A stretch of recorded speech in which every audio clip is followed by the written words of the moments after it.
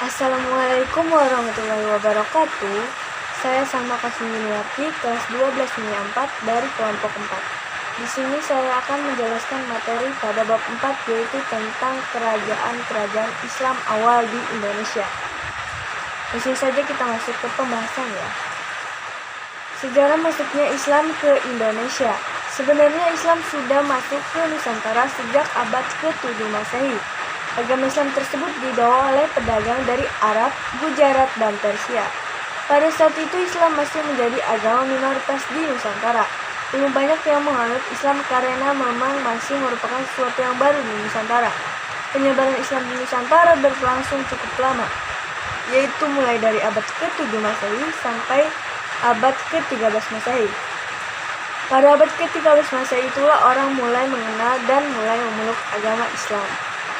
Pedagang dari Arab, Gujarat, dan Persia itulah yang berperan dalam penyebaran Islam pertama kali di Nusantara. Penyebaran agama Islam tersebut dimulai dari daerah-daerah pusat perdagangan seperti daerah pesisir yang dekat dengan pelabuhan-pelabuhan. Semenjak itu, pengaruh Islam di Nusantara mulai menguat. Hal itu dibuktikan dengan mulai berdirinya kerajaan-kerajaan Islam di Nusantara. Sejarah perkembangan kerajaan Islam di Indonesia. Yang pertama, Kerajaan Samudra Pasai. Kerajaan ini berdiri sekitar abad ke-13 Masehi. Kerajaan ini terletak di Kabupaten Lok Saumai, Aceh Utara. Kerajaan ini merupakan gabungan dari dua kerajaan yang sedang mengalami kemunduran, yaitu Kerajaan Pasai dan Kerajaan Perlak. Kedua kerajaan tersebut dipersatukan oleh penguasa daerah pada saat itu, Marasilu, yang dibantu Syekh dari Makkah, yaitu Syekh Ismail. Marasilu merupakan raja pertama sekaligus pendiri kerajaan ini. Raja yang mendapat gelar Sultan Malik As-Saleh. Tahun 1297, Sultan Malik As-Saleh meninggal. Dia digantikan oleh putranya yang bernama Sultan Muhammad, yang bergelar Sultan Malik Al-Tahir. Pada saat kepemimpinan Sultan Malik Al-Tahir, yaitu pada tahun 1297 sampai 1326, Kerajaan Samudra Pasai menjadi pusat perdagangan dan penyebaran agama Islam. Pada tahun 1326, Sultan Muhammad Malik Al-Tahir meninggal. Salah satu peninggalannya adalah batu nisan Sultan Malik As-Saleh. Berangkat tahun 1297, digantikan oleh putranya Sultan Ahmad, Sultan yang juga bergelar Malik Al-Tahir, yaitu pada tahun 1326 sampai 1348. Pada masa kepemerintahan Sultan Ahmad Malik Al-Tahir, Kerajaan Samudra Pasai berkembang pesat. Kerajaan ini banyak menjalin kerjasama dengan beberapa kerajaan Islam di dunia lainnya, seperti kerajaan-kerajaan di India dan Arab. Pada tahun 1348, Sultan Ahmad meninggal dan digantikan oleh Sultan Zainal Abidin. Namun, pada tahun 1521 Masehi, kerajaan ini runtuh karena berhasil ditaklukkan oleh Portugis. Keberadaan Kerajaan Samudra Pasai dibuktikan dengan beberapa peninggalan seperti makam Sultan Malik As-Saleh, makam Sultan Zainal Abidin, naskah surat Sultan Zainal Abidin, makam Ratu Al-Aqla, cakradonya, dan stempel kerajaan. Kemudian Kerajaan Aceh. Kerajaan Aceh didirikan oleh Sultan Ibrahim pada tahun 1514 yang bergelar Sultan Al-Mughayat Syekh, dengan pusat kerajaan di Kota Raya, sekarang Banda Aceh. Masa kepemerintahan dari tahun 1514 sampai 1528. Dalam bidang keagamaan, Kerajaan Aceh mampu menjadikan negerinya sebagai pusat penyebaran dan pengembangan agama Islam. Di Aceh banyak lahir ulama besar seperti Hamzah Tansuri dan Nuruddin Ar-Rawaniri yang menciptakan karya-karya sastra yang bercorak Islam. Aceh mulai berkembang pesat setelah Malaka jatuh ke tangan Portugis. Masa pemerintahan Sultan Ibrahim, Pedir dapat ditaklukkan sehingga wilayah Aceh meliputi pantai barat Sumatera, Tapanuli, Indrapura, pantai timur Sumatera, Selat Malaka. Aceh mengalami masa kejayaan pada masa Sultan Iskandar Muda, yaitu pada tahun 1607 sampai 1636. Sistem pemerintahan yang dijalankan adalah pemerintahan sipil atas dasar agama. Dan di masa ini pula lahir ahli-ahli tasawuf seperti Hamzah Kansyuri dan Syamsuddin Asmatrani. Kemunduran Aceh setelah wafatnya Iskandar Muda pada saat diperintah oleh Sultan Iskandar Tani pada tahun 1636 sampai 1641. Kerajaan ini mulai mengalami kemunduran sejak tahun 1941. Salah satunya adalah karena semakin menguatnya pengaruh Belanda di Malaka. Kemunduran tersebut ditandai dengan jatuhnya beberapa wilayah kekuasaan Kerajaan Aceh ke tangan Belanda. Selain karena faktor tersebut, juga karena faktor perebutan kekuasaan di antara pewaris kerajaan. Beberapa peninggalan Kerajaan Aceh yaitu Masjid Raya Baitur Rahman, Makam Sultan Iskandar Muda, Meriam Kerajaan Aceh, Benteng Indrapatra, Emas Kerajaan Aceh, dan Gunungan. Kemudian Kerajaan Demak. Kerajaan Islam pertama yang berdiri adalah Kerajaan Demak, didirikan oleh Raja Fatah sekitar tahun 1500. Pusat Kerajaan Demak terwujud pada masa pemerintahan Sultan Trenggana. Ia dapat menjadikan Demak sebagai kerajaan Islam terbesar di Pulau Jawa.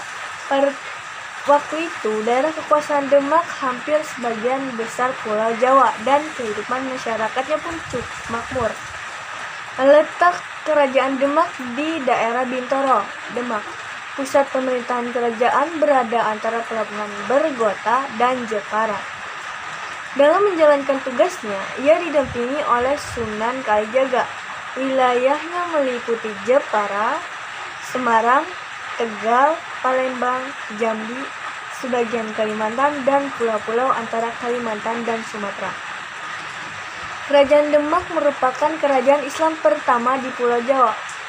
Pada awalnya, wilayah ini bernama Bintoro, salah satu wilayah kekuasaan Kerajaan Majapahit. Karena semakin lemahnya pengaruh Kerajaan Majapahit, hal tersebut mengakibatkan beberapa penguasa daerah mulai membangun wilayah kekuasaannya sendiri, termasuk penguasa Islam di pesisir pantai Jawa.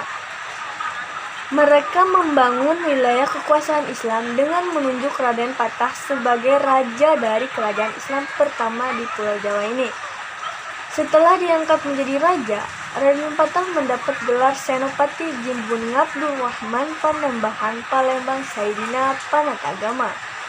Kerajaan Demak berdiri pada tahun 1478. Palembang, Maluku, Banjar, dan wilayah bagian utara Pulau Jawa merupakan daerah kekuasaan Kerajaan Demak. Pada saat ulama menempati peranan penting di dalam kerajaan, Sunan Kalijaga dan Ki Wanalapa adalah penasehat kerajaan. Tahun 1207, Raden Fatah digantikan oleh putranya yang bernama Adipati Unus. Pada masa kepemimpinannya, Adipati Unus atau yang sering dijuluki Pangeran Sabranglor ini bersama dengan kerajaan Aceh menyerang Portugis yang menduduki Malaka pada saat itu. Adipati Unus meninggal pada tahun 1521 dan digantikan oleh adiknya yaitu Sultan Trenggono. Kerajaan ini mengalami kemunduran karena perebutan kekuasaan antar pewarisnya. Beberapa peninggalan Kerajaan Demak yaitu Masjid Agung Demak, Soko Tatal dan Soko Guru, Pintu Bledek, Kentongan, Beduk, Dampar Kencana, Piring Campa, Kolam Wudu, dan Makrusa. Kemudian Kerajaan Pajang. Kerajaan Pajang merupakan kerajaan yang berpusat di Jawa Tengah dengan raja pertama yang berkuasa yaitu Hadiwijaya atau Joko Tingkir. Kerajaan ini pertama kali berdiri pada tahun 1548 sampai 1586. Setelah Hadiwijaya berhasil mengalahkan Arya Panangsang dan memindahkan Kerajaan Demak ke daerah Pajang, dan inilah awal mula berdirinya Kerajaan Islam Pajang. Setelah Sultan Hadiwijaya wafat pada tahun 1582 dan digantikan oleh putranya yaitu Pangeran Benawa. Tetapi Pangeran Arya Panggiri dari Demak mencoba untuk merebut kekuasaan di Kerajaan Islam Padang dari tangan Pangeran Benawa, tapi mengalami kegagalan. Lalu Pangeran Benawa menyerahkan tahta kepada saudara angkatnya bernama Sutawijaya. Namun Sutawijaya memindahkan Kerajaan Islam Pajang ke daerah Mataram, dan inilah awal kehancuran kerajaan Islam Kajang. Kemudian Kerajaan Cirebon. Pada tahun 1522, berdiri Kerajaan Islam Cirebon dengan pendiri dan menjadi rajanya bernama Raden Fatahillah. Ia sangat berjasa dalam mengislamkan Jawa Barat. Di bawah pemerintahan Raden Fatahillah, Kerajaan Islam Cirebon mencapai kejayaan. Daerah kekuasaannya bertambah luas dan Kerajaan Islam Cirebon menjalin hubungan yang baik dengan Kerajaan Islam Mataram. Pada tahun 1570, Raden Fatahillah wafat dan selanjutnya digantikan oleh putranya bernama Pangeran Pasarean.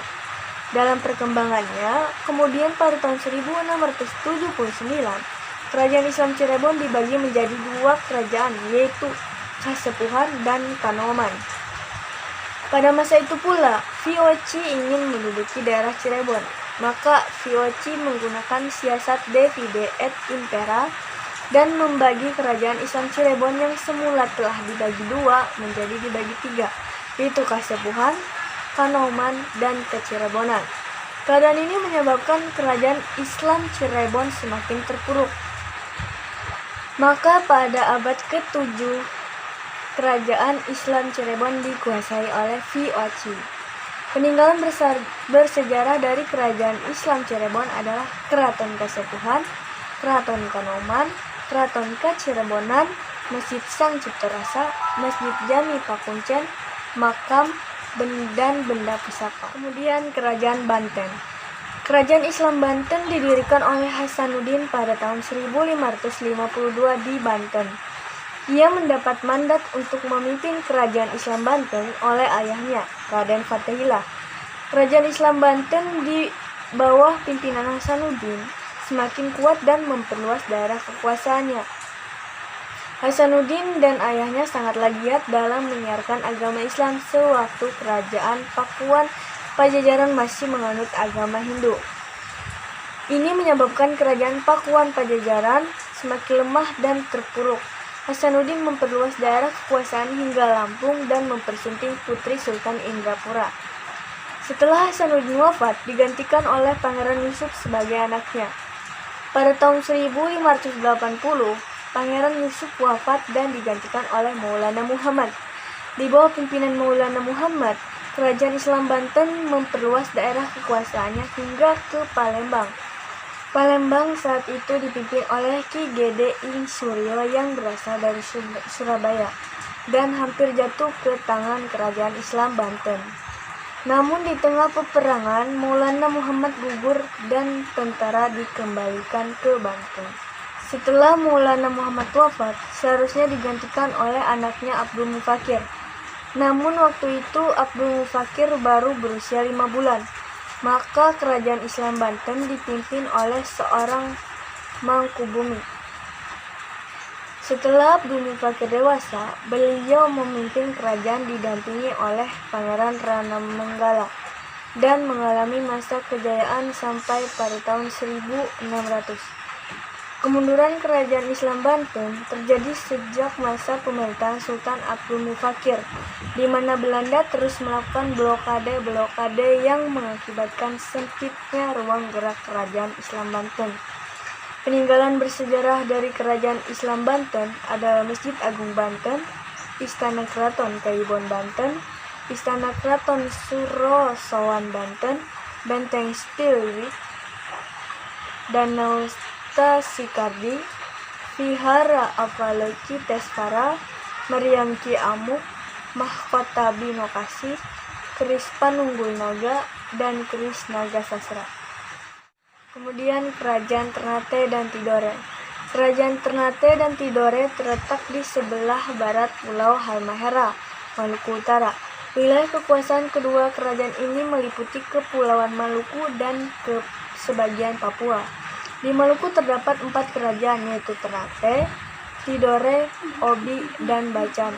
Dari keempat kerajaan tersebut, Ternate dan Tidore merupakan kerajaan yang sangat berkembang cepat karena sumber rempah-rempah yang sangat besar.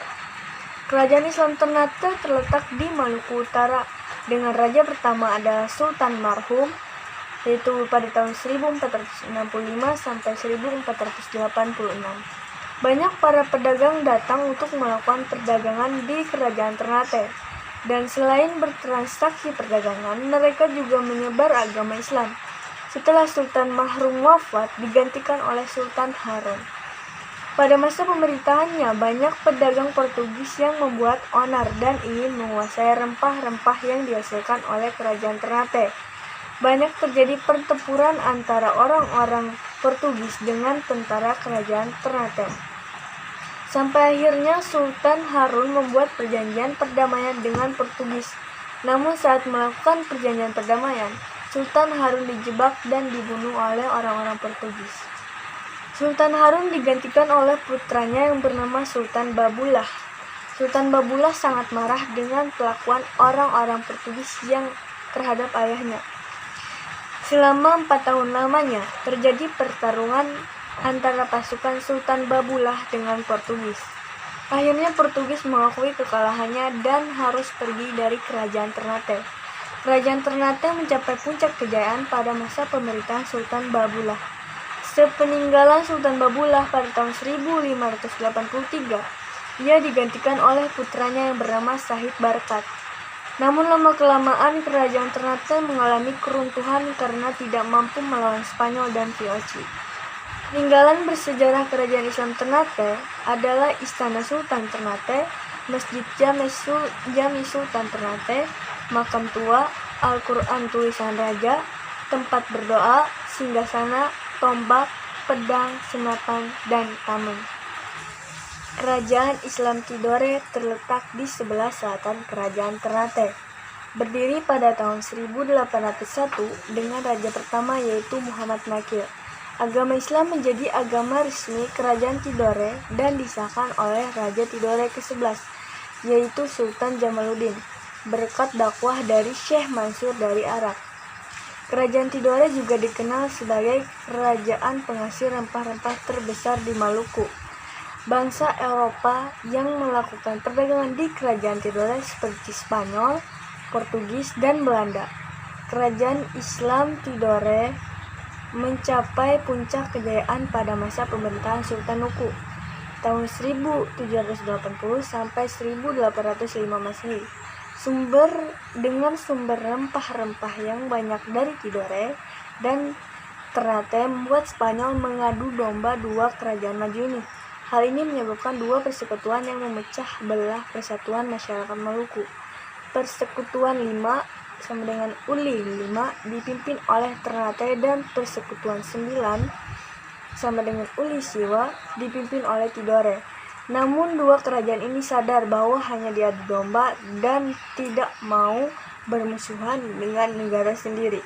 Maka mereka menyatukan kekuatan untuk mengusir Spanyol dari Maluku.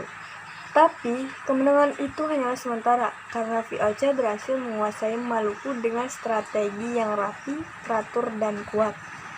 Peninggalan sejarah kerajaan Islam Tidore adalah Benteng Tore, Keraton Tidore. Kerajaan Goa dan Talo. Kerajaan Goa dan Talo adalah dua kerajaan yang terletak di Sulawesi Selatan dan saling berhubungan baik. Banyak orang mengetahuinya sebagai Kerajaan Makassar. Makassar sebenarnya adalah ibu kota Goa yang juga disebut sebagai ujung pandang. Sebelum abad ke-16, Raja-Raja Makassar belum memeluk agama Islam. Baru setelah datangnya Dato Ri Bandang, seorang penyiar Islam dari Sumatera, Makassar berkembang menjadi kerajaan Islam. Belanda berusaha keras menghentikan serangan-serangan kerajaan Makassar. Untuk itu Belanda bersekutu dengan Raja Bone, yaitu Aru atau Tuan Palaka. Aru Palaka bersedia membantu Belanda dengan syarat diberikan kemerdekaan. Pada tahun 1667, dengan bantuan kerajaan Bone, Belanda berhasil menekan Makassar untuk menyetujui perjanjian Bongaya. Perjanjian ini berisi 3 buah kesepakatan, yaitu VOC mendapat hak monopoli dagang di Makassar, Belanda dapat mendirikan benteng Rotterdam di Makassar, Makassar harus melepas daerah yang dikuasainya serta mengakui Aru Palaka sebagai Raja Bone. Peranan kerajaan Islam awal di Indonesia. Pertama, mengenalkan ajaran Islam kepada penduduk di kerajaan tersebut. memudahkan transaksi perdagangan dengan para pedagang dari kawasan Timur Tengah, mengubah budaya upeti yang banyak digunakan di zaman kerajaan sebelumnya, kemudian menciptakan tata kehidupan baru yang lebih sesuai dengan apa yang ada pada ajaran Islam. Dalam bidang keamanan, kerajaan Islam memiliki kewajiban untuk menciptakan kedamaian kepada seluruh rakyat, sehingga dalam melakukan kegiatan sehari-hari tidak akan terganggu dengan ancaman keselamatan. Demikian penjelasan dari saya. Salah dan saya mohon maaf. Assalamualaikum warahmatullahi wabarakatuh.